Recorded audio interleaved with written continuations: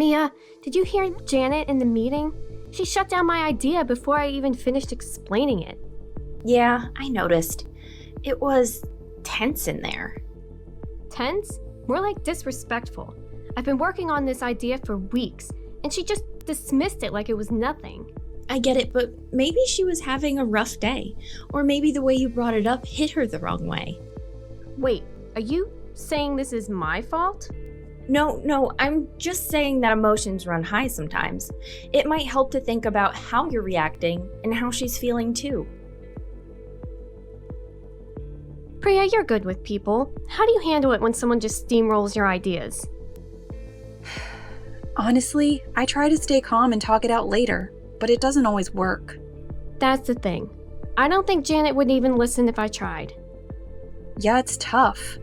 Maybe there's a way to approach it differently, but I don't know what that would look like. I don't either. This is so frustrating. You know, maybe someone else can help. Why don't you? Ask Joe And Jean.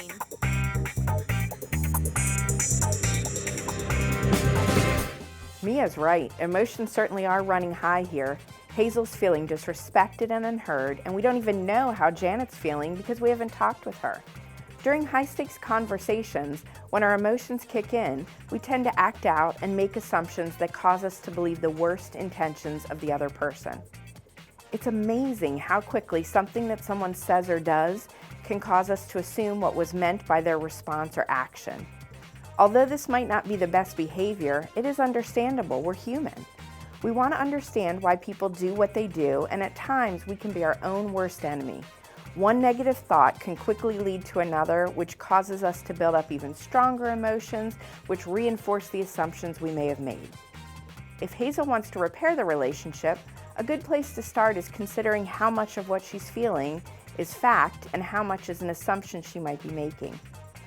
Hazel describes the situation using phrases like, shut down my idea, just dismissed it, and disrespectful.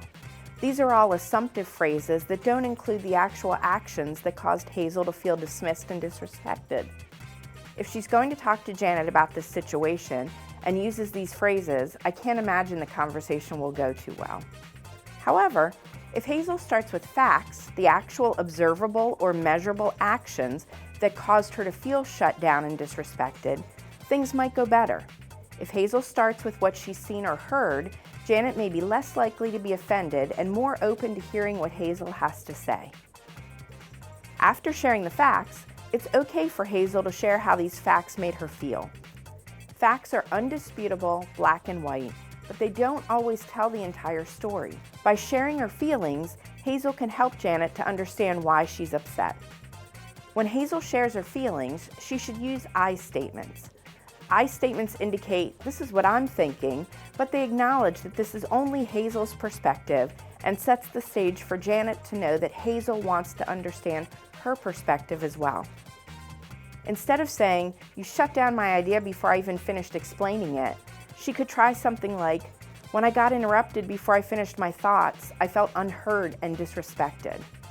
Finally, after sharing the facts and how she was feeling, Hazel should give Janet an opportunity to share her thoughts.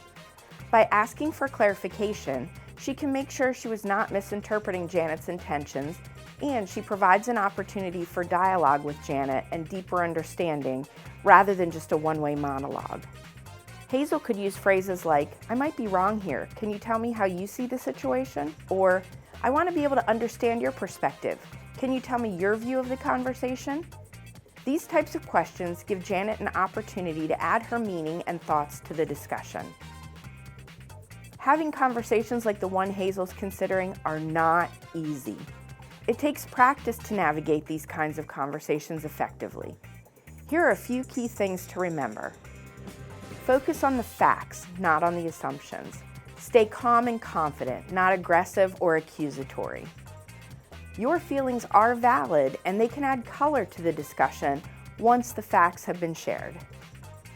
The ultimate goal is to open a two-way dialogue and restore the relationship.